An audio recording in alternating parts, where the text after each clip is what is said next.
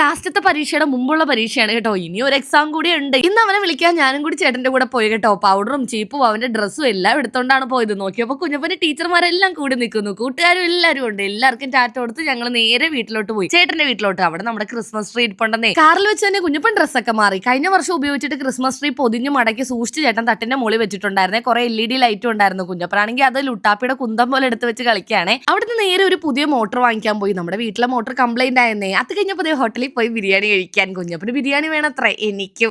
അങ്ങനെ ഒരു ബിരിയാണി വാങ്ങിച്ചിട്ട് ഞാനും അവനും പകുതി എടുക്കുകയാണേ. എനിക്ക് അത്രയും തന്നെ കൂടുതലാണ്. ഞങ്ങൾ ചിക്കൻ ബിരിയാണിയും ചേട്ടൻ അപ്പുറത്തുനിന്ന് ബീഫ് ബിരിയാണി തട്ടുന്നുണ്ടേ. അങ്ങനെ നേരെ ഒരു ലേഡി സ്റ്റോറിൽ പോയി ഒരു ഗിഫ്റ്റ് വാങ്ങിക്കാൻ, ക്രിസ്മസ് ഫ്രണ്ടിന് കൊടുക്കാൻ. കുഞ്ഞപ്പന്റെ സ്കൂളിൽ ക്രിസ്മസ് ഫ്രണ്ട് ഇട്ടിട്ടുണ്ടേ. നോക്കിയപ്പോൾ എനിക്ക് ഒന്നും ഇഷ്ടപ്പെട്ടില്ല. ആകെ ഇഷ്ടപ്പെട്ടത് ഈ കപ്പാണ്. നല്ല അടിപൊളി കപ്പുകളാണ് കേട്ടോ. ഈ ഒരു കപ്പ് ഒരു രക്ഷയില്ല നേരിട്ട് കാണാൻ. അങ്ങനെ അത് തന്നെ വാങ്ങിച്ചു. അതിനിടയ്ക്ക് അവനൊരു സ്ലൈമും കൈക്കലാക്കി കേട്ടോ. പിന്നെ അതിന്റെ പൈസയും കൂടി കൊടുത്തു. നിങ്ങൾ ക്രിസ്മസ് ഫ്രണ്ട് കൂടിയോ ഇല്ലെന്ന് പറയണം കേട്ടോ. എന്ത് ഗിഫ്റ്റാ വാങ്ങിക്കണമെന്നൊക്കെ ഒന്ന് കമന്റിൽ പറയണേ. Tata bye bye, see U.